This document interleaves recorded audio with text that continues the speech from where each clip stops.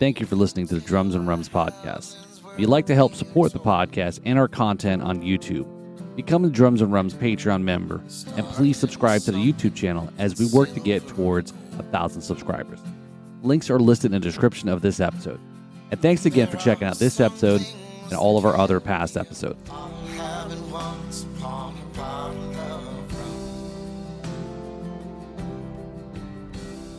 Hey all, it's Paul from Drums and Rums, where the backbeats meets the spirits, and we're talking Guinness today. You heard that right, but not this kind of Guinness, okay? And of course, this is Drums and Rums after all, right? So, but there's other Guinnesses, and his story and his journey touched me when I heard about it from a West Palm Beach, Florida radio station. And I'll give them a shout out there, WRMF 97.9. They shared the story about breaking the record for continuous drumming. So, immediately I heard the story. I said, "This is great, and I want to learn more. I want to talk to this guy." And this is our first podcast back from a big break we had here. So, it's really thrilled to. This is our guest that we're having back after a little 2-month hiatus there, and thank you all for listening and sticking through the summer there and checking out old episodes. So I hope you definitely enjoy this episode here. I think it's going to be a great one here. No, I know it's going to be a great one here. So our guest is soon to be 3-time. He's already broke it, but I guess you're waiting to get confirmed. But 3-time Guinness Book World Record holder. He recently broke the record for continuous drumming at 150 hours. He's only one of 5 people in the world to play full drum kit over 100 hours. Let me introduce the podcast. Allie Brown. Hi, Allie. Hal, thanks for coming on the podcast here. Welcome to Drums and Rums. Well, Paul, how you doing? Thanks for having me. Yeah, I'm doing great. So, Allie or Alistair, or which do you prefer?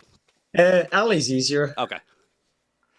So, So, like I said, I think when I messaged you the other day, I said, hey, the power of Facebook, right? Which is kind of, cool. And then also it could be, I know, creepy. You're like, who the hell is this guy reaching out to me? Like, I don't know. We're friends. Again, we did have a common friend. Yes. So shout out to Kira, who passed part of our alums, right? She's the Drums and Rums alum that we had her on, I think last year. And I should know that, but oh well. So, and when I reached out, I said, this is a great story. I want to learn. I mean, Guinness Book World Record, right? That's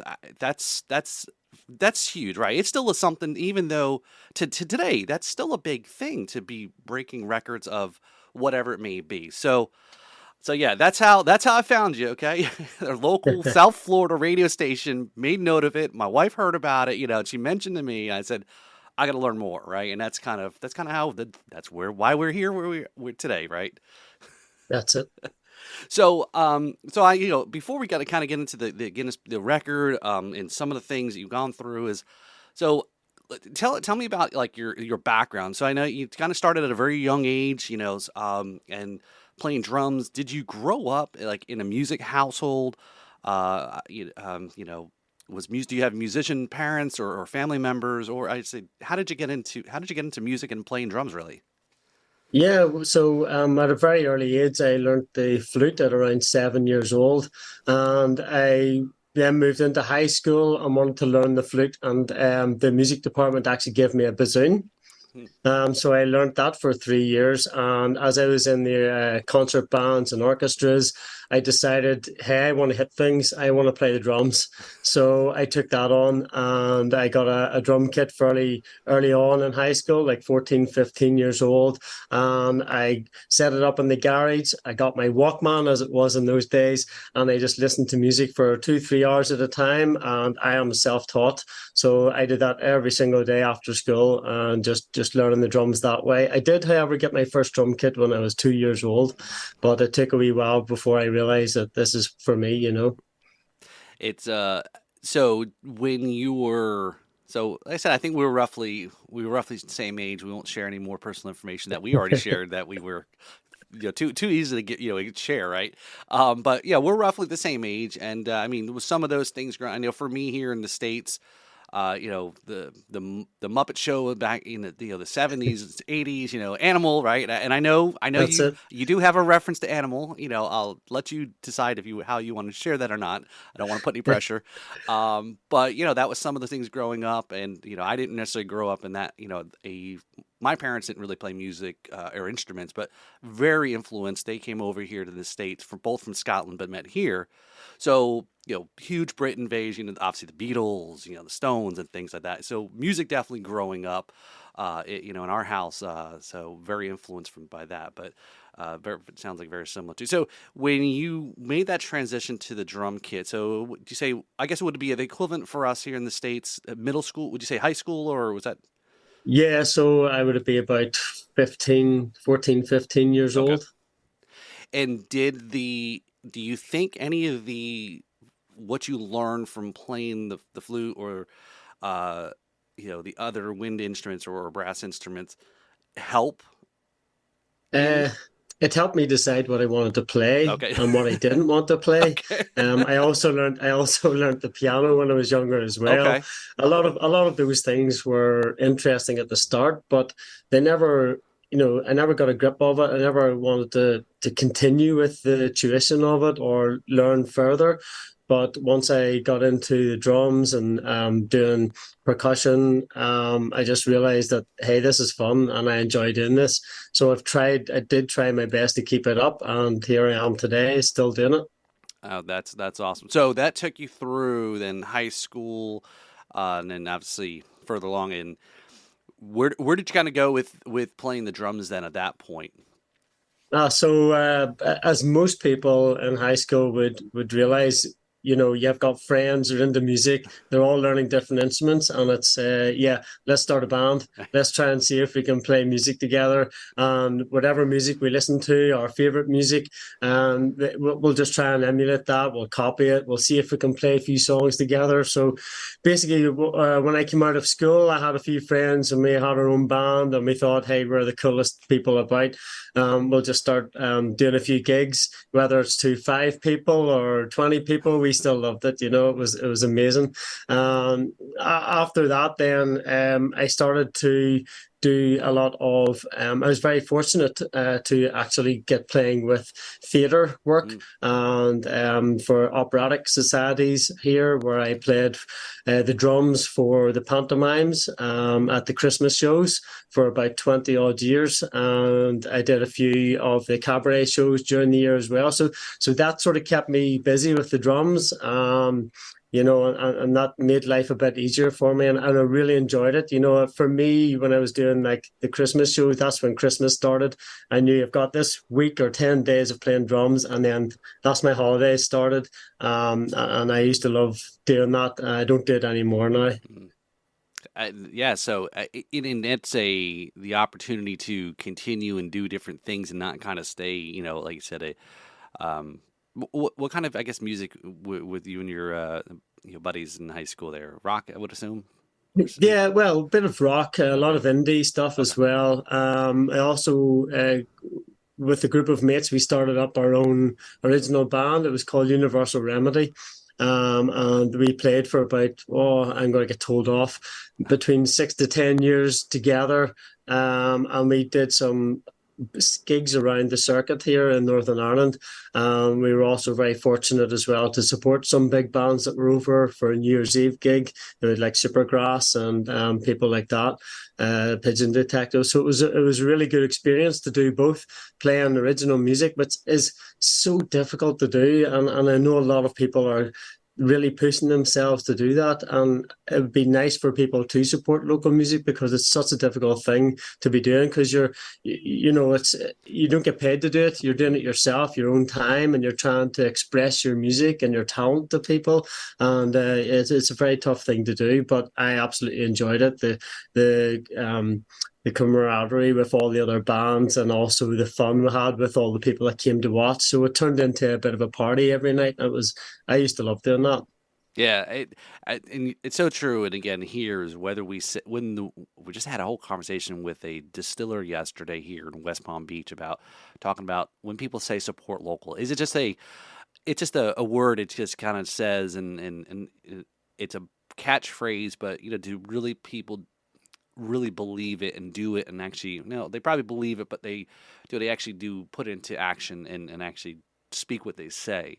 And it's no different here in the States here. It's like that everywhere in the world. I'm sure you talked, it's just, it's so yeah, support music, support local. Unless you want to go out Yeah, there and listen to the jukebox, and that's all you're going to get, or the somebody's Spotify playlist in a bar, and or or yeah, whatever it may be. And live music is such a different. There's a different vibe when you're in a place with live music versus that's it. yeah. So It has to start somewhere, doesn't it? And everyone that has made it in the music industry have all started somewhere. Majority of it, or nearly all of it, is to do with just being with your mates in a garage at a house, learning to play music, and then getting out there playing a few live songs in a live pub or whatever, and being noticed. And that's how it works. So mm, it's important to keep supporting the local music. right, yeah, yeah. So definitely, like I said, it can be. Everyone has enjoys playing music. It becomes a dream also, and is a this would be cool to make it our living and play music and again for me always growing up more listening to rock music and again it's not like this today as you know right is you become a rock star and you got money and cars and girls and all these things and but yeah it's like the percentage of it's tough yeah that's for sure so definitely that's definitely a valid point there is supporting music so they're from get into some of you said that some of the theater also which was great to be able to transition say hey I could still be a a musician making money Yeah, and translate into I think that's a big thing is being able to not say this is it this is all I'm going to do but be open to if I want to make this as really a career you have to be open to playing different things as well right if you want to be a full-time that's musician it. right Well, the other thing too, like I'm self-taught. I did do a couple of lessons with a few tutors where I was learning music. I tried to understand the music myself. I would still find it difficult to try and read music, to be honest, Paul. But because I'm self-taught, I don't see myself as someone who could just hop into any band and play no problem by sight reading. It would be something that I would have to sit down and study for a while to actually be able to play those songs. right and yeah because I would have right other than some of the videos I've seen obviously with the what we're going to talk about here in a minute is probably very much a field drummer right Yeah, yeah so so they're pursuing and doing other things and then um I guess then at some point here that you had done a couple other endurance uh uh f- not festivals but events or engagements so when was the first time that you tried to get into or started doing this endurance drumming or large scale yeah So this everything just came about by pure chance. So I was actually teaching drums at a music school that had just started in 2002 in my hometown in Lisburn.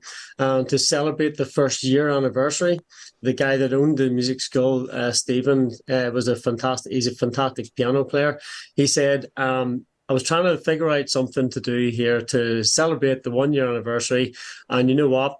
There's a piano world record. It's about 50 odd hours, and I would maybe be interested in doing it. But Ali, if I do it, would you be interested in doing the drums?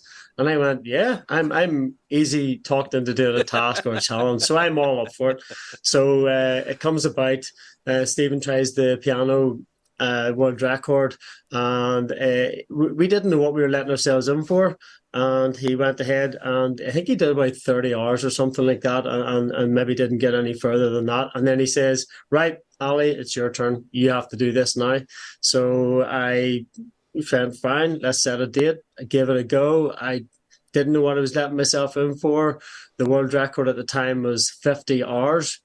And he was against South Africa, had it then. And I just went for it. Tried to get the rules. Now, the rules were different then. mm, So I had to play 8 straight hours before I could take a break. mm, And the break was 15 minutes long. So that was a repetitive thing where you had to play 8 hours, 15-minute break, 8 hours, 15-minute break, and that was it. So whether I needed the toilet or not, I still had to wait for the 8 hours to be finished. So yeah, I did that in 2003, and we got to 50 hours. We phoned Guinness Records, and they said, no, actually, the record's 58 hours. And I went, what? I have to do another 8 hours of this here. And oh I you're was that at close to it right Yeah, so I was like completely dosed up on Red Bull Pro Plus. I was trying to keep myself awake. I was doing everything wrong and just doing whatever I could. So I managed to get to the 58 hours. I took a break, and I had my 15-minute break. So for me to uh, be the be given the 15 minutes as part of the world record, I then had to play at least one song Mm. to add in the 15-minute break. So that's where the record of 58 hours 17 minutes comes about. I played one song, threw the sticks down. That was me done, man. I'm finished. I was in a bad way. So my first ever attempt, I was very lucky enough to break it in 2003, and that's how that came about, completely by chance. Wow. So 2003, and here we are in Yeah. 2021, and I know there's many other things along the journey here. Um, and so how long did it take before did you break your own record after that, or did somebody else No. break the 58:17? Uh, yeah, so first of all, the records, Guinness World Records was then taken over by the McWhorter brothers in the late 90s. And there were Guinness records right up until then, including the drumming record, which was held by a guy called Ray Duval. And once it came to the 90s, the records were set back to zero. So that's where the Mm. 58 hours came about. It was 50 hours, 58 hours. The year after, at Christmas time, I did that in September, and around Christmas time, I found out that a guy in Indonesia called Kunto Hartano had played for 70 something hours, and I was raging. It was New Year's Eve or Christmas Eve. I found out about this, and I was like, man, I can't even hold the record for a few months, and someone goes and beats it. So I found out about that the following year, 2004. I played for 78 hours, but it wasn't verified because it turned out that I didn't play for long enough, that somebody else had also broken the record at the same time as me, and I was unaware of it. So it was about 86 hours or something like that, and it held for quite a while. So, yeah, as time went on, I said to myself, like, 2008 comes along. I'm sitting going, I want to be the first person of the new rules to reach 100 hours. So that's where I think I got a bug for doing this endurance type Mm. thing, Paul. I just thought, I'm capable of doing it. I've done it before. I can maybe do things different this time. So yeah, that's where in 2008 it came about. I'm going to go for 100 hours. Well, yeah, and that was something I was going to ask you was it's there's now like it's this drive now to keep pursuing at it and again when I mean almost in anything sports probably is maybe the closest maybe Yeah, to having a record that somebody holds that people don't like when their records are broken, right? The here in football, American football, the Miami Dolphins, hold the only undefeated record in the season, winning every game and the Super Bowl and all the playoff games. And every year, every team, and again, because I live in South Florida, there's always yeah. talk about whoever's left over from the 1972 Dolphins that are still hoping that that these team lose so they don't lose their record, right? I mean, unfortunately for them, they can't go back and reclaim the record because, of course, they're much older now. But yeah, that sounds like something like you said, that bug that you get bitten by people, maybe like endurance runners or people that do Ironman triathletes, and they just kind of keep pushing to see how their body and their drive yeah, again for you it's a um, yeah, you don't want to give up your record. Yeah, I totally get it. So Yeah, so is yeah, it but like it did get to a point where I was like, I did 58 hours. It to me it didn't seem like long enough, mm, and I did have to stop for medical reasons and everything just to make sure I was okay, mm, and because of what I've been taking for my heart and everything. mm. But I knew I could do more, and this is the thing, you do something and you always feel like you can do better. And so that's where I did get the likes of the bug and wanted to do better and better every time. And as you mentioned, there was you probably you went into it in not probably as thought of as an athlete, Yeah, putting your body and preparing your body for this endurance. Yeah, I'm sure Red Bull probably is not in your current regimen for, preparation or during, right? But yeah, I had actually, I asked, I reached out to Kira and, then, mentioned, talked to her a little bit. And asked her, said, hey, what's your thoughts? Said, you got anything, be good to ask and so forth. And, and she was interested in, and like I'm sure most listeners are right now, is that preparation, right? The mental preparation, the physical preparation. How did you prepare? And, really at the end of all of it, or all of them, is what did you learn from all these, the experience each time? So I mean, yeah, so maybe start like your mental preparation and then your physical. Okay. Yeah. Sure. So, mental preparation, the first obvious thing you think of is when you're going to do something that is involving endurance and staying awake for so long, then you have to try and teach your mind to overcome sleep deprivation.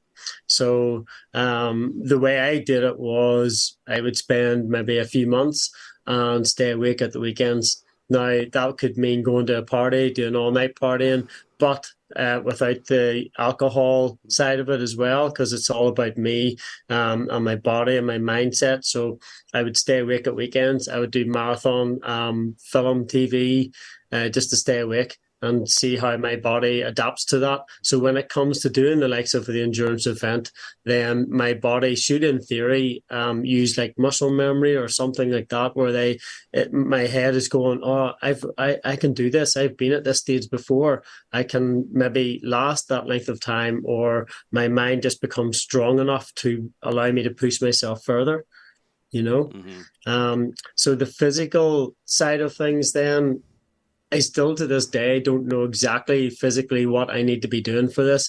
What I have learnt over the years is my back. I need to make sure my back is in good shape. My backside as well, Mm-hmm. because that can get very numb. Yeah. I can tell you that now. So in between the record, the rules are different now, where you can have 30 seconds between every single song. So whenever I finish playing the drums to starting the drums again, I'm allowed 30 seconds. In those 30 seconds, I would tend to stand up, give my legs a bit of a shake, try and get the blood flowing, and then sit back down again. Just keep doing that repetitively. So there's many things that you pick up along the way, but physically I think my arms, my forearms, my hands, how I play would not be how I would play normally. So I would be doing a lot of like wrist and arm action, like a wave sort of, like I'll do it like this here sort of pattern, Mm-hmm. where I'm going like that with the sticks. So it's allowing me to play different. I hold the sticks differently as well. As long as I'm still playing, that counts. So there's a lot of variety of things that you sort of pick up along the way. And I Mm-hmm. guess when it comes down to it now in 2023, it's been a lot of experience, has been a massive player in this.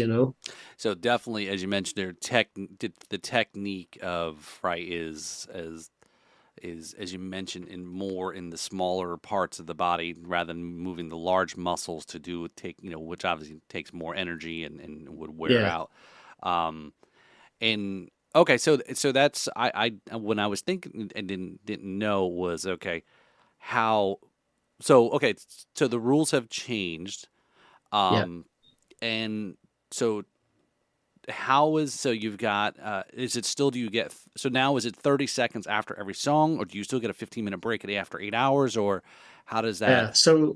Okay, so the way it works, instead of playing 8 hours straight and having your 15-minute break, you're allocated a 5-minute break for every full complete hour you play. Mm, So I can accumulate that. What I did in 2008 was I played 4 hours straight and took a 20-minute break, took 4 hours straight, took a 20-minute break. So I was trying to, that stage, I was trying to work it out that my body would work with consistency and it might develop better as the later stages goes on.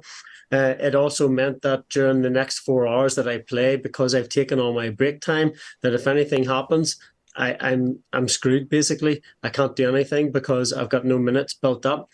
Whereas now, what I did a couple of weeks ago was I accumulated my minutes as much as possible. I played as long as I could, and I only took a break to run to the toilet and come back again. It took like maybe 5 minutes out of so many hours that I played.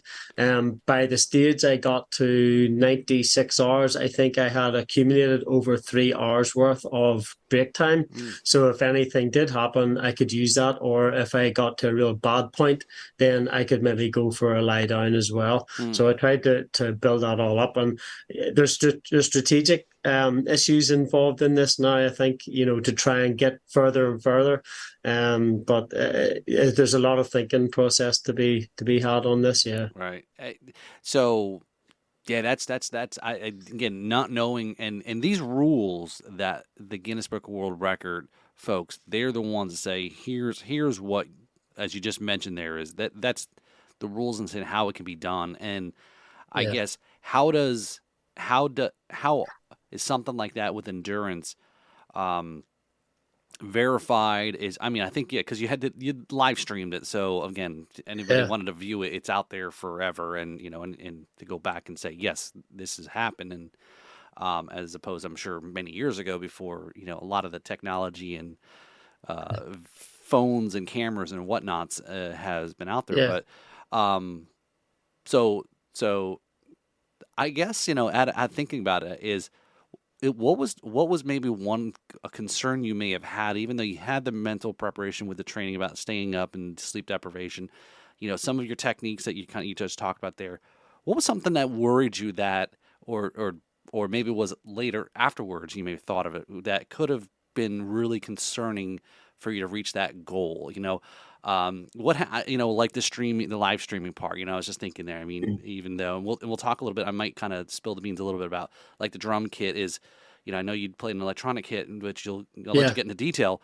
But like things like that, like what could have things out of your, act of God, Mother Nature, things that, I mean, God, that sucked because that wasn't your fault, right? Well, Yeah. I will. I'll tell something now to you that has not been spoken about in the open yet Mm. since I did this record. There was a power cut in half of the town that I was doing the record in, and thankfully the half of the town I was in did not receive that power cut. And that was on the first day in the Sunday evening. So I started Sunday morning, 7 a.m. And apparently there was a power cut for about 5 or 6 hours later on that evening. So I was that in itself just screams to me that this is meant to be. This was my time. Everything was electronic. The live stream was being recorded as well. The recorded evidence then gets sent for verification, along with a lot of other things that I can talk about as well. But yeah, everything that I was doing was majority of it electronic, and I had to just hope and pray that I got through it without any difficulties. I did have a lot of backups though, Mm. for the likes of the drum kit, the brain, the cameras, the computers. I had an awful lot of backups there, so I think I was maybe over prepared for it, but it all worked out smoothly in the end. Right. But again, you've done it before, so each time there's something new that you kind of take it going forward and learned. And Yeah, I mean, again, and again, I know you've set the record a couple different times and done different endurances, but um, I guess you go through. I mean, do you end up going through a lot of I don't know, it's a drum. Do you have any busted a drum head or broken sticks, or how many sticks do you go through? I mean, little stuff like that, right? yeah. Okay, Yeah. so I the kit this time was an electronic kit, so I didn't break any sticks. I did have an endorsement with London Drumstick Company. I had a whole pile of drumsticks. They were in my drum bag beside the floor tom. Yes, I dropped sticks an awful lot of times. So as soon as I dropped the stick, people were panicking, but I can play one-handed. It's totally fine. I just in there, get a stick, grab it, and play away with the two hands. So that was fine. I didn't break any of the skins, the triggers, everything was perfect on the drum kit. The module itself was fine. In the past, drum skins have lasted the entire week, maybe loosened a wee bit towards the end of the week, but I've never broken a drum skin. Yes, I think in 2008 I was playing on a Pearl Masters kit, and I broke a couple of drumsticks during that because if you imagine playing on the hi-hat, the drumstick Just is just it's just like chopping wood. yep. It's just getting less and less and less, and then one thing, next thing, the half the stick just disappears into oblivion. I don't know where it goes. So yeah, I did break a few sticks then, to be honest. So wee things like that, yeah, Right. and it's been okay. I never I've yet to receive my first blister doing these endurance Mm. events as well, and I have a trick for that also. So my hands, no blisters, perfectly fine, all good. Um, yeah, no issues at all. I'm very fortunate. So Ali, you definitely you need to you need to you said strike while the iron's hot. We were talking about something a little earlier there. Whether you want to share or not, that's up to you about this other possibility thing. But I'm thinking here's one for you. You know, is and we can edit this out if you want, so it doesn't go out to the since we're only taping it is. Here you go. You need to write your own book or your own course or something on how to endurance break the records for other people. Yeah. There you go. So I I do have a small checklist written up as to how to do it. Obviously Drumathon Live, the people involved with that were doing 12-hour stints and 24-hour stints, some of them. I wrote like a checklist or a list just to try and explain how to get through so many hours of drumming. So there's a few hints and tips basically that I wrote. And yeah, I can share it. I don't mind because at the end of the day, I've been there. I've done it before. People learn, and I don't mind people knowing the secrets now because I have nothing more to prove. I mm, don't need to do this anymore. right. I mean, I've gone and done what I've set out to achieve, and I'm thankfully I've done it. Well, you can give how to do it, but still, at the end of the day, it's the person, right? And Yeah, well, it's yeah, within them too. So, got to put the work in, right? that's right. That's right. So you broke the 100, and then you've done a couple other, as you mentioned there, some of the other endurances, 24 hours. Mm. You've played with other drummers, or you've kind of that was a group record too, right?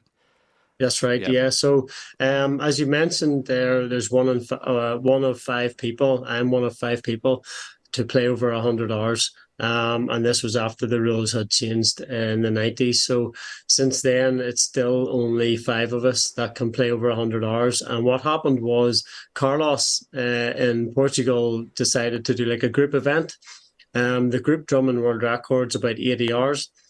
So we all got together. So Steve came over, who held the record there at 134 hours, pending my verification. Carlos is in Portugal. There's a guy, Lou Mars from America, came over, and Kunto Hartano from Indonesia. So we all went to this shopping mall in Portugal in Castelo Branco, and we all played 100 hours together, all five of us on in a shopping mall on a stage, playing along to tunes. All of us, I didn't even know what the songs were. We just all played together. This Carlos had the set list done. So I think we could take our breaks ourselves at different times, and as long as they were kept, that was it. Mm. There was we got to the 80 hours, we broke it.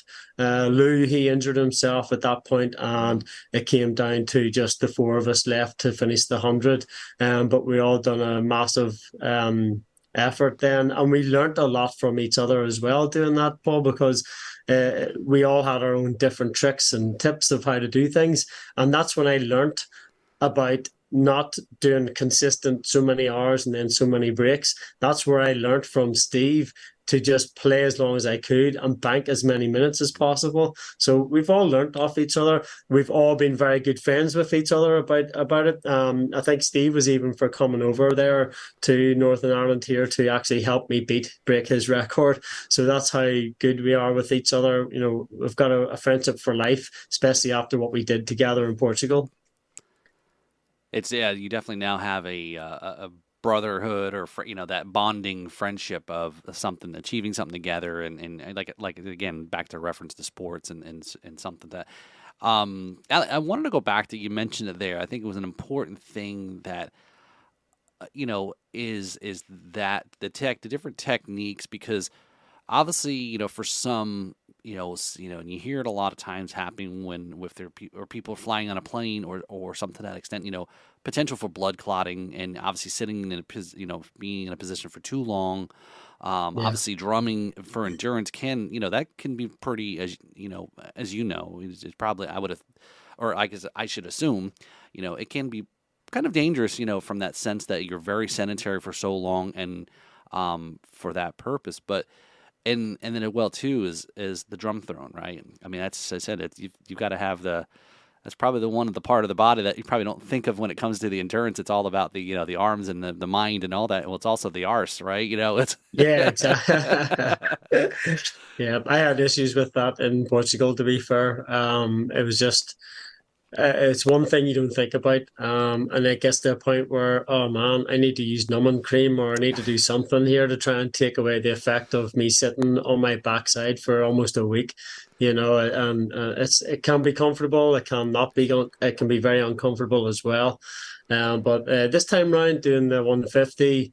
It worked out quite well for me. I didn't really have any issues, and thankfully that was good. I did think maybe the way I was sitting, my left leg, I played the drum kit right-handed. The way I was sitting, I think I was sitting on a nerve, and my left leg got numb quite a lot. So did have to do quite a lot of stretches when I was taking breaks for that to try and get my leg working again. So what and I'm sure everyone who is there, supporting you, watching you, in person, and your friends and family I'm sure, like you mentioned, you drop a drumstick. It wasn't just you knew because again, as a drummer, it happens, right? And it's not a Yeah. super big deal as long as the drum bag is next to you. But I'm sure everyone who's there supporting you, they're the ones that are probably just as more nervous for stuff, than than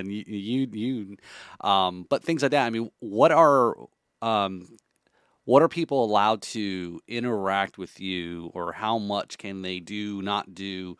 I guess you're allowed to be fed, in the Yeah. in the fish tank, or whatever. We know people can't go. People can help feed you, give you something to drink, but yeah. I mean, is there any rules about what type of what you're allowed and not allowed? Yeah. Basically, they can do everything and anything to keep me awake as long as they're not playing the drums. And constantly going over the view of the camera. This live stream was a fixed camera.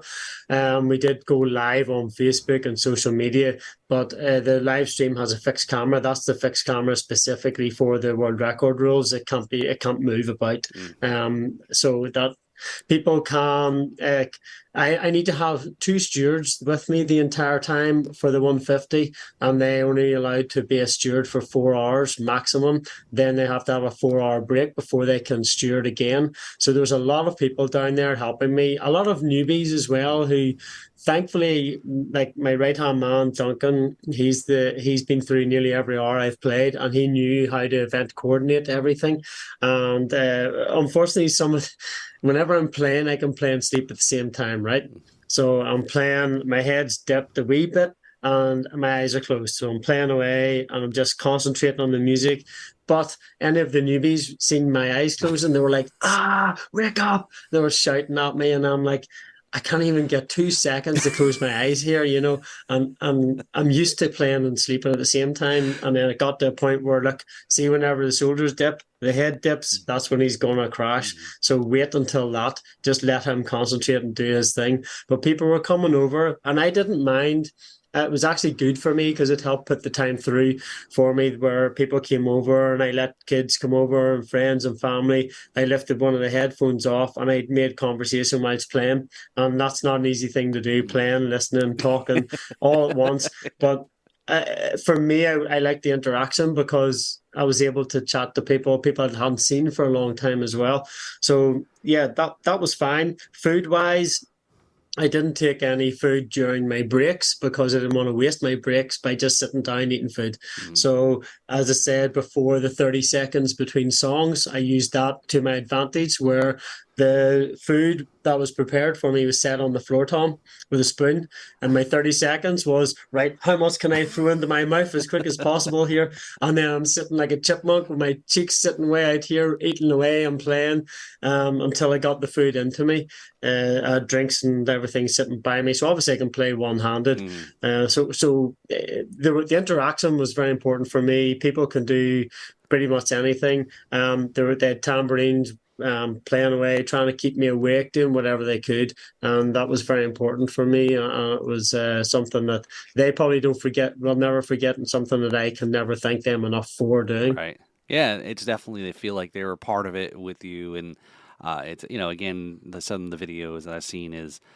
I guess well, it's very you had your you said you had a very great support group there and to Yeah. and I guess I'm not familiar where you're at. I mean how what kind of size or time is Oh, you so the Lisburn is actually classed as a city where I'm from, and it is about 10-minute drive from the capital of Northern Ireland, which is Belfast.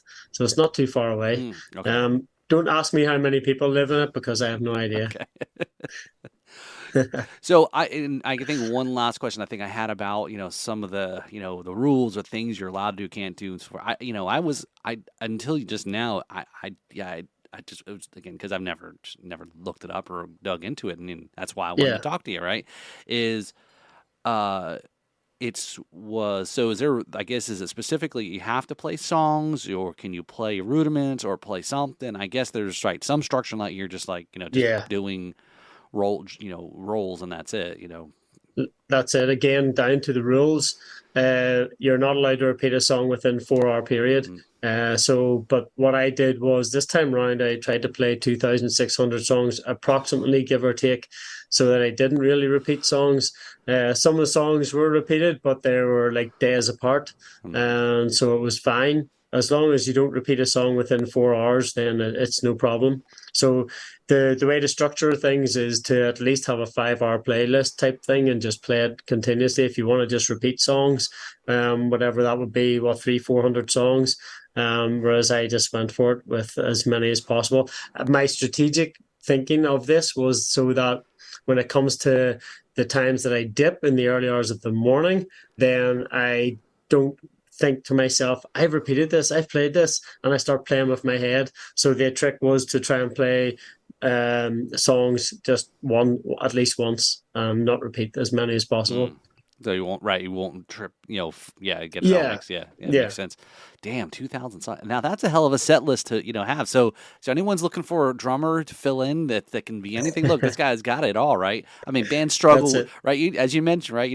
Cover bands, original bands, or playing bar bands. They struggle with you got to, play a 3 hour set. Typically, that's how typically it is here. For a band to play Yeah, somewhere is 3 hours, and that equates to about I don't know about 50, 60 songs nearly, and yeah, that's so yeah. 150 hours was 6.5 days. Is that It or was 6.5 days, yeah? yeah. So what I did was I started on a Sunday morning at 7 a.m.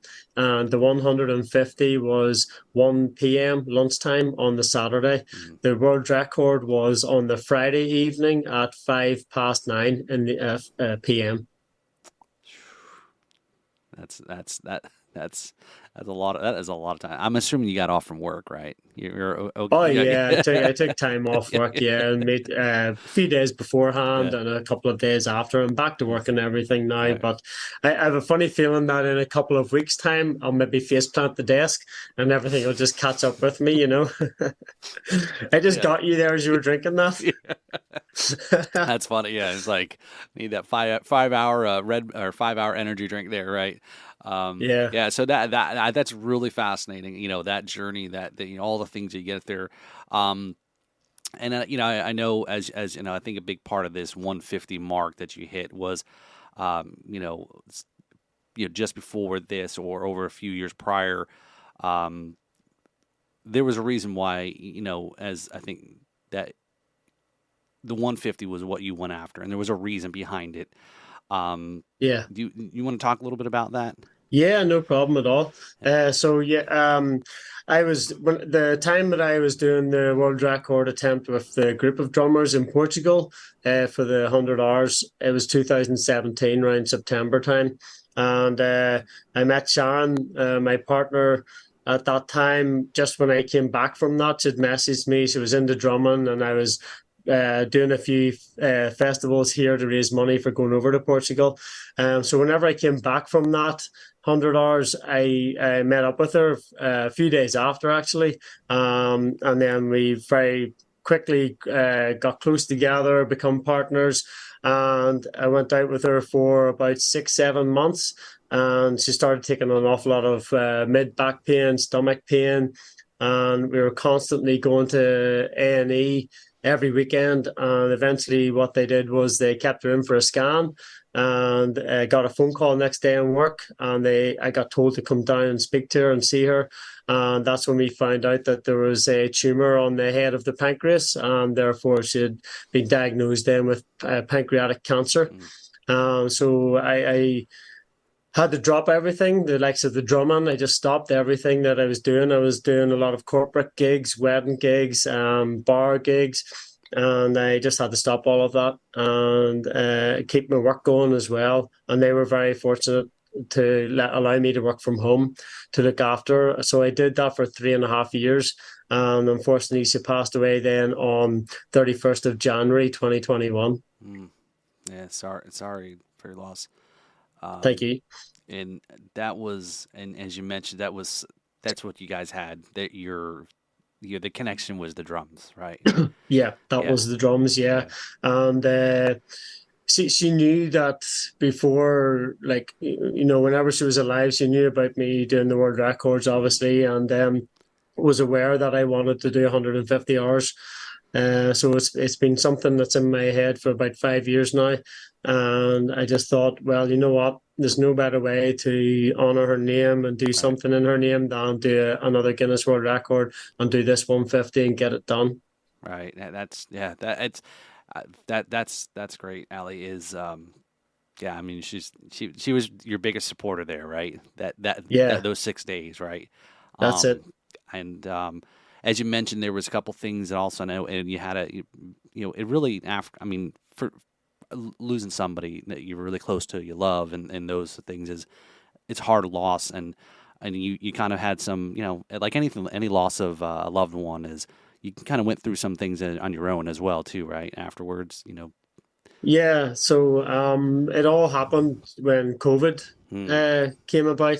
So the illness lasted for about a year, and then COVID came about, and we were confined to the house as well. So Sharon passed away during COVID as well. So the likes of funerals and things like that, there was only a handful of people about, hmm, and not very many people could come to the house. Not very many people could like give me any support really. So it I thought I was a strong-minded person by doing the world records and pushing my mindset, but when that happened, a few weeks later, it started to hit me, and I think that I then struggled a bit with mental health. Did my work, came home, I sat in bed watching TV, and then went to work the next day. I didn't really want to do anything for a lot of months.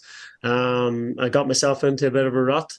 So I don't know how, but I do believe that because my mindset has been so strong for the last number of years doing the world records, that I managed to get myself out of that rut and push myself. And the local gym and spa opened up fully, and I went down there 6 days a week, evenings, weekends, and did my work. And I got to socialize more with people, and I got to see my friends again after the lockdowns lifted. So I think the timing was just nice for me to try and get back into society again, and be able to feel like I could live a normal life again, and move on, push on a bit, obviously not dwell in the past too much, but, obviously keep sharing in my thoughts and what happened and what I'd done and gone through. But, I'm very grateful that I do have the fantastic friends that I have and family as well. yeah. And it's I don't need to tell you, right? I mean, we all lived it. This whole world lived the last 3 years of a Yeah. lot of certainties, and very difficult for some that lived in certain parts of the world. And and it became kind of, the podcast started very, about mid. I started before the podcast, so I wasn't like somebody who was in home and had nothing to do, and hey, let's start a podcast and YouTube and TikTok and all those other things like that. But I started about that time, and as I started talking to some guests and a few that didn't live here in the U.S., asking them, COVID became a subject. When we're supposed to be talking about drums and rums, COVID became a subject because it was a global thing we all went through. And for some, Yeah. yeah, depending on where you are in the world, as you mentioned, lockdown, it was probably you get a different experience than I did here in the U.S. And where, God forbid, I can't go to, I mean, they closed the beaches down here, and that was what a lot of people were like. I thought sun was good and being out in the open, but Yeah. so that's why not everyone, but yeah, but still at the end of the day, as you mentioned, they're going through all those things, and then right, you lose interaction with people, and and relationships, and being around people, and being stuck in your all of our boxes for where you can't really go out. It definitely took a toll, and then obviously for you, but as you mentioned, you're able to kind of dig into some of the things you've done to help kind of move forward, and it's great to hear, right, that you know the highs and lows and the comeback out of it. And again, to also say, like you said, never forget, but yet not too much dwell on it. So, Yeah. but yeah, so that's great. And that led to obviously what we talked about here is the 150-hour Yeah. drum record here. So talk a little bit about I guess some of the supporting, the companies or, that were helps put this on together, this recent Sure. record you got. Yeah. Let's kind of give them some talk up about, Yeah. some of the things that you want to mention there. Yeah. Absolutely. So the first thing is that basically the 150 hours, what I went through with Sharon, I wanted to raise money and awareness for charity, right? So pancreatic cancer, the local charity here is called NIPANC, NI for Northern Ireland, NIPANC. And also then there's like a UK-based mental health charity called Mind. And I felt like the two coincide together, I guess with any cancer, your mental health sort of is relative to it. So I thought, why not? I'll do the charity, both charities, and do the 150 hours for them, raise money, raise awareness. And that was my goal.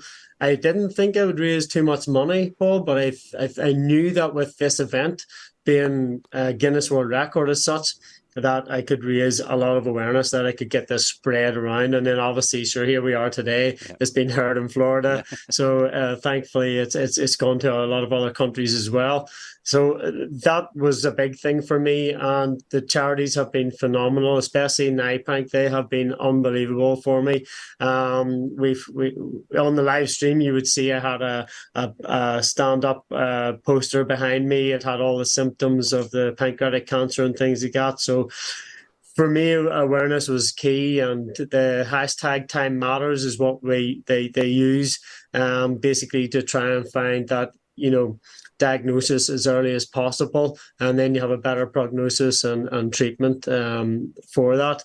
The other thing then is Drumathon Live. So the website was drumathon.live, and that came about from a guy and girl called Errol Kennedy and Bev Sage.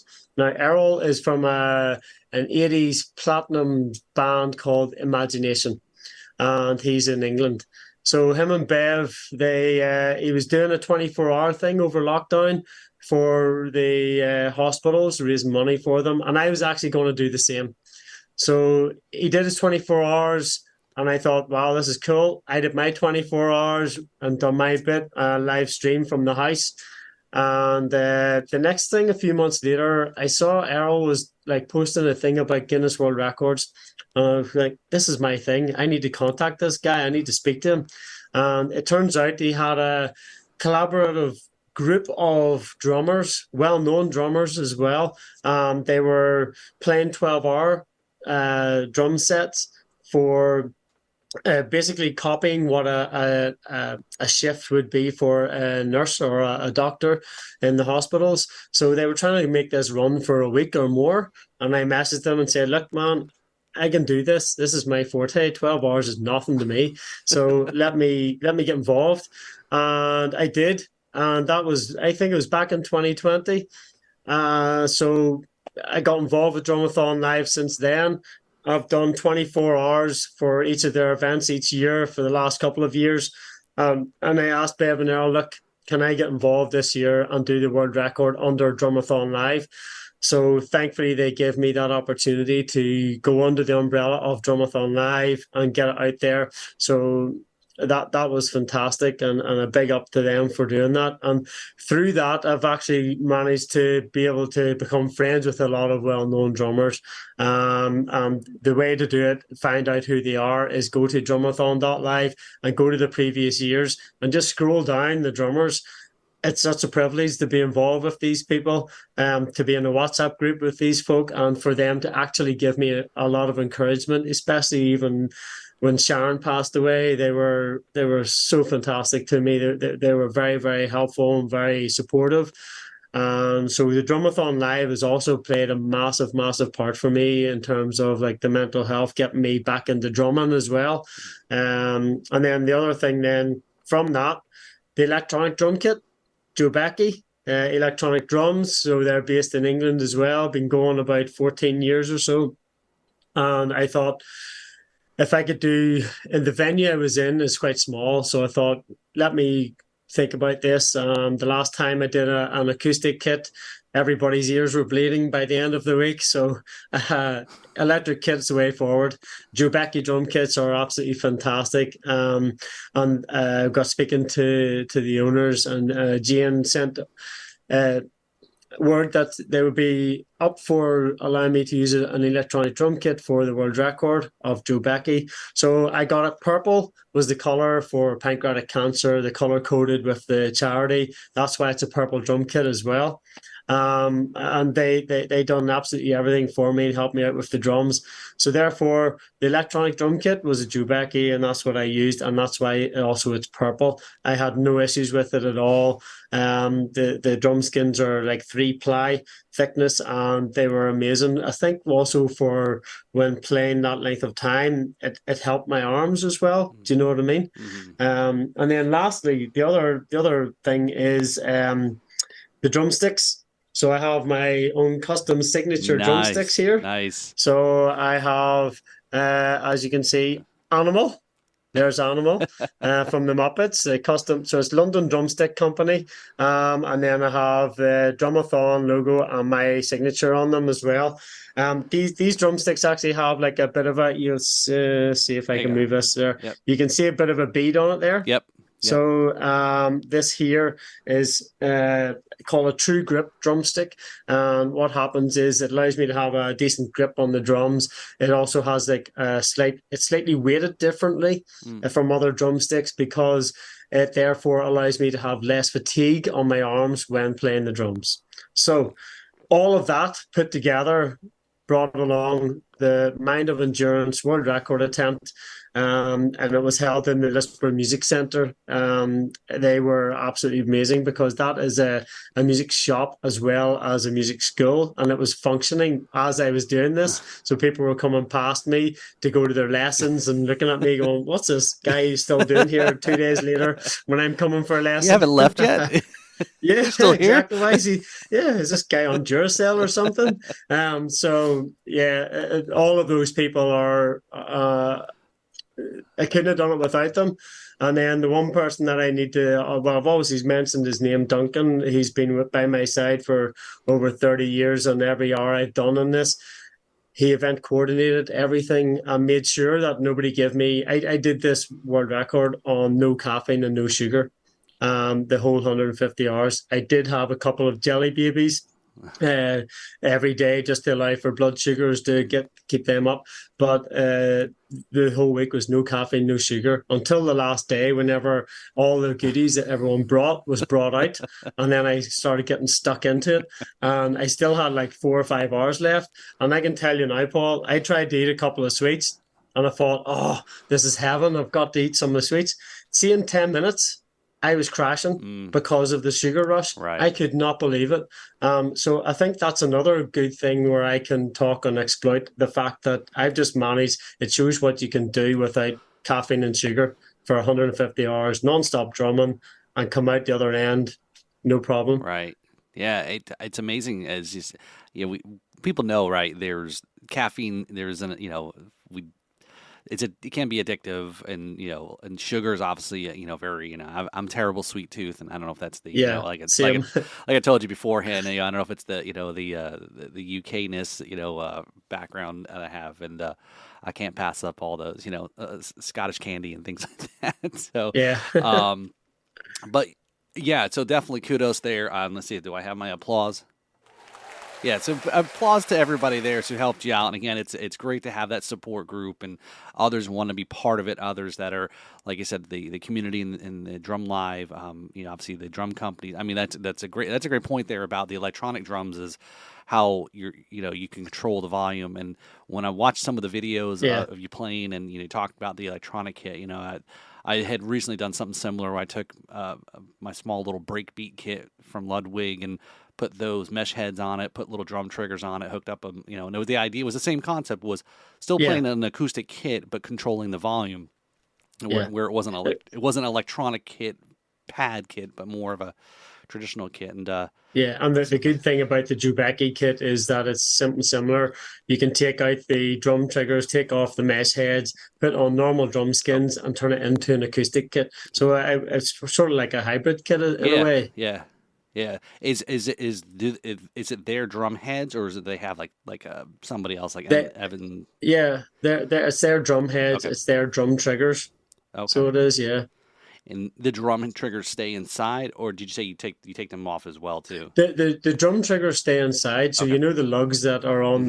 the side of the drum. Right. And then So you can take off the head, attach the drum trigger to the lugs, tighten it up when you're putting the skin back on. They've now just announced within the last week a brand new type of drum trigger style. So you have to go on the website and check it out and look at it and see for yourself. But it's different now and a lot more durable as well.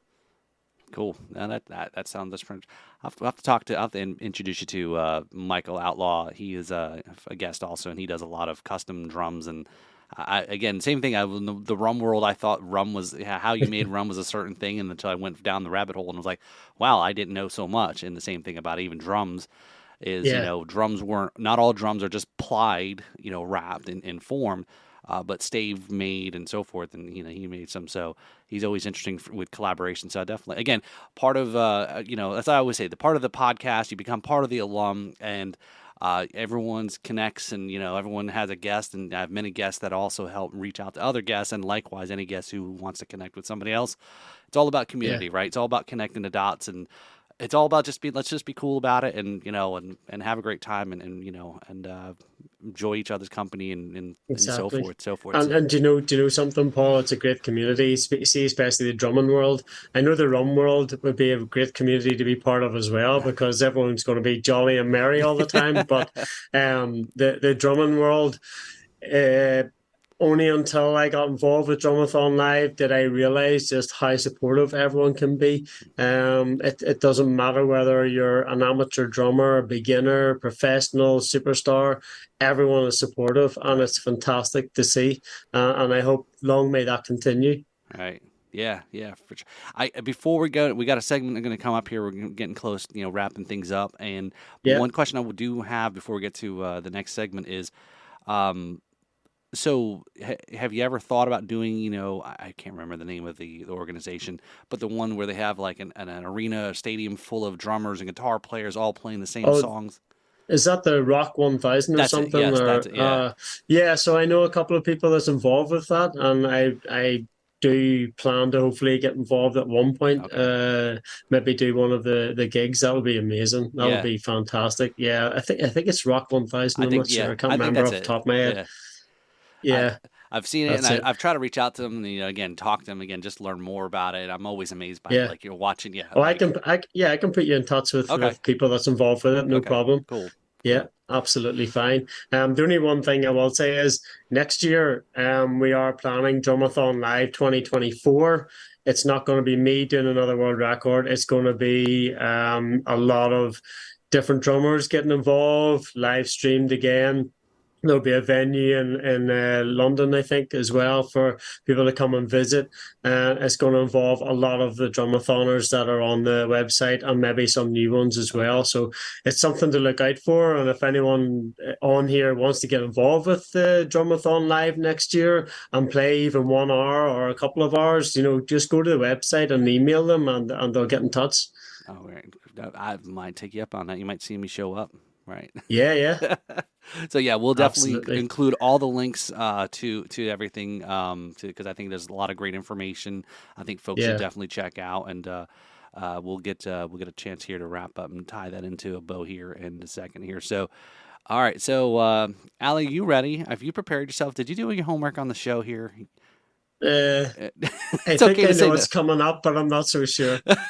Okay. All right. So what we've got here coming up here is our segment here is in what we call in 4 beats or less.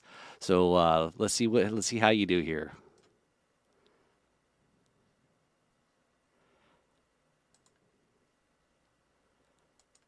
All right, so here in our 4 beats or less, this is a rapid fire segment here again in 4 beats, right? I'm going to ask you some questions. You're going to see the question on the screen. I will, actually say it too, and I want you to kind of think about. Don't overthink it, right? This is a Okay. right. So all right. So in our first one here, so this is in 4 beats or less. I ask this of all of our guests all the time, and this is one that every drummer gets because I think it's an interesting one for all of our drummers to kind of see what their thoughts are on Okay. where they come from here. So all right, so in 4 beats or less, who is on your Mount Rushmore of drummers? Now, again, I've realized that some of this reference is, stupid me because I realized that others I have guests on that are outside the U.S. I have listeners that are outside the U.S. And then sometimes I Yeah. forget the fact that some don't know actually what Mount Rushmore is. I'm sure are you familiar with Mount Rushmore? Yeah. Okay, all Yeah. right. So there, I don't So, have to explain it. So, I remember watching back on Kira's, and there was the question of, is it 4 or 5 as well? Um, very good, very good. s yeah, yeah. So for me, it's quite simple. I just have Keith Moon, Phil Collins, Chad Smith, Taylor Hawkins. Oh, very good. That's a great one there. So all right, so that's good. So there's some that are some I know drummers that are most are very common that others do mention here. So just getting our setup here on our next question. All right, there we go. That should work out. Okay, so in our next segment here, yeah, I'm always sometimes surprised that sometimes a guest will throw a new one out there that I haven't. That's like, okay, that's didn't not familiar with that person. All right, so in 4 beats or less here, if you could be a member of a band, which would it be? That's an easy one. I've always wanted to be involved with the Foo Fighters. I've Uh, always dreamt of it, so that's a simple one. so did you apply? When I know they got Josh. Did you let them know Yeah. you were interested and you were available, or Well, I think my answer would be the application's not good enough for me to even hit a cowbell to be part of a Foo Fighters band. But uh, yeah, Josh is fantastic. yeah. He's a great addition to the band now. Yeah, but Dave would be like, you're like, all right, Dave, can you play for 150 hours? Come on, man. I said, Yeah, yeah, do 150 days of a tour, and I'll be able to play every one of them. oh, right, yeah. All right, fair enough. That's a good answer. All right, so have you seen the Foo Fighters before live? Yes, I have Okay, many times. okay. I've only got I'm going to see them next year as well in ex- London. cool. I know it was a big show. A lot of people that went to the show at the The tribute. yeah in the Yeah, England. I Yeah. didn't get to go to that. No. So all right, so number 3 here. What is something the rest of the world doesn't know about Northern Ireland? Oh my goodness, I have no idea about this. Um, I honestly don't know. I don't know what to say here. There's so many things I could say. I can give you a hint. I can give you what Give me I one. Give me think. one. Okay, I think here's what I would think is that Northern Ireland is its own country, right? Yeah, than Ireland, right? So some it is. right. So I don't think Yeah, so some. Northern Ireland. So Northern Ireland's part of the UK, Mhm. and it's a currency of sterling, whereas South Ireland is euros. It's part of the European country community. Yeah, Yeah. So there you go. there you go. There's two, right?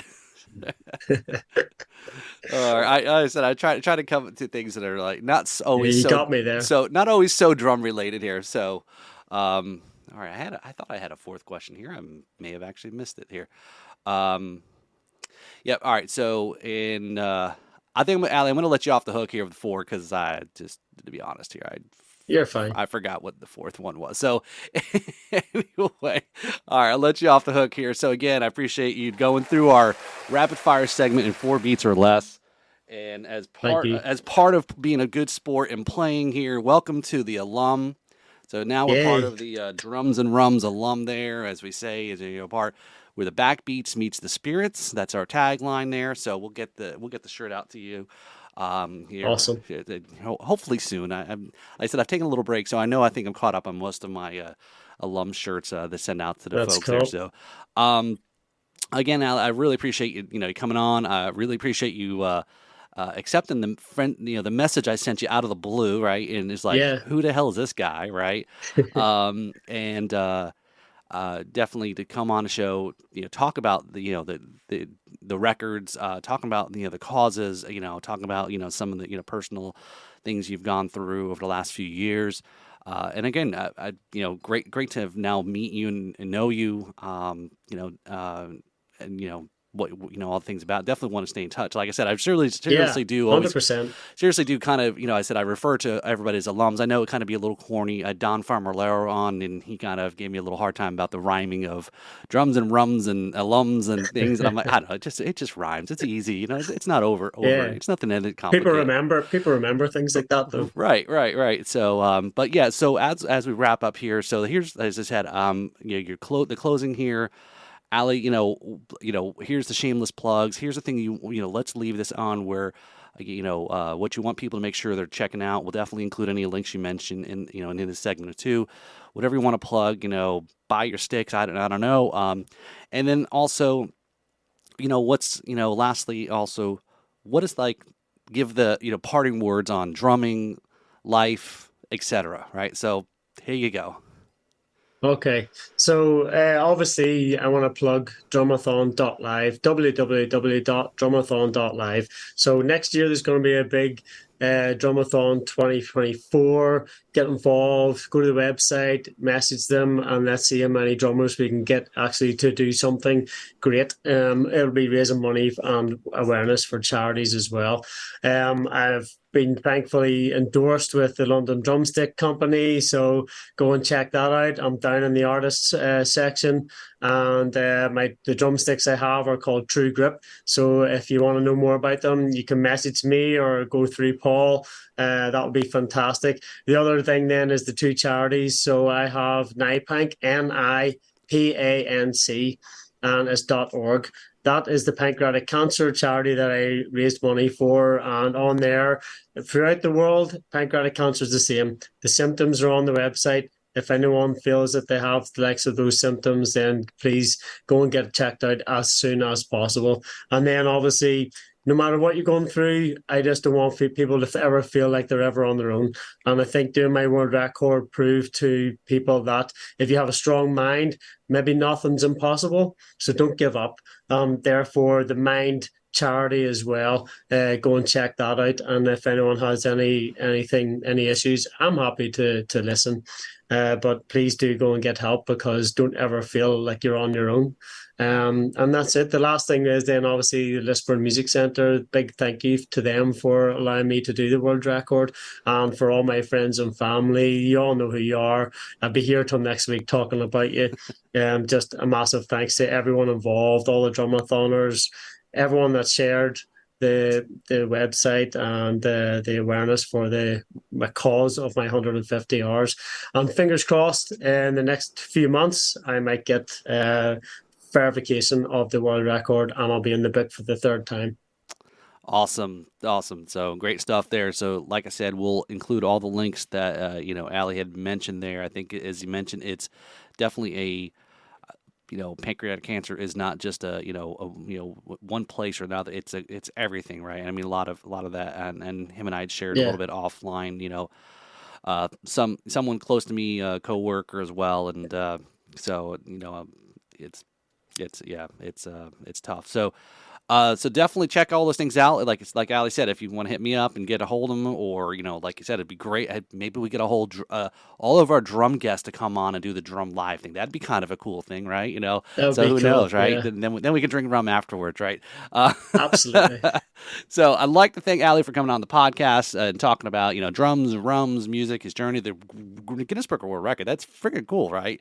Um, and like I said, not this Guinness. Yeah, I'm still drinking the Guinness. So I'm slow playing the Guinness.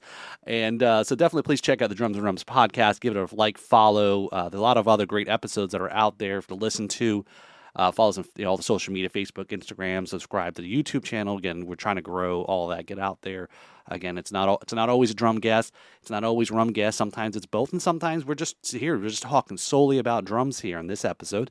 And visit the website drumsandrubs.com. And I want to thank you all, and have a great day. And this is Paul, where the backbeats meets the spirits. Cheers, y'all. Thank you. Yeah. One last thing. Happy birthday, my friend. Oh, For the coming up soon. that's right. So yeah, so everyone else doesn't get it except Allie and I. That's all we'll say. Yeah. That's it. Cheers, y'all. Thank you.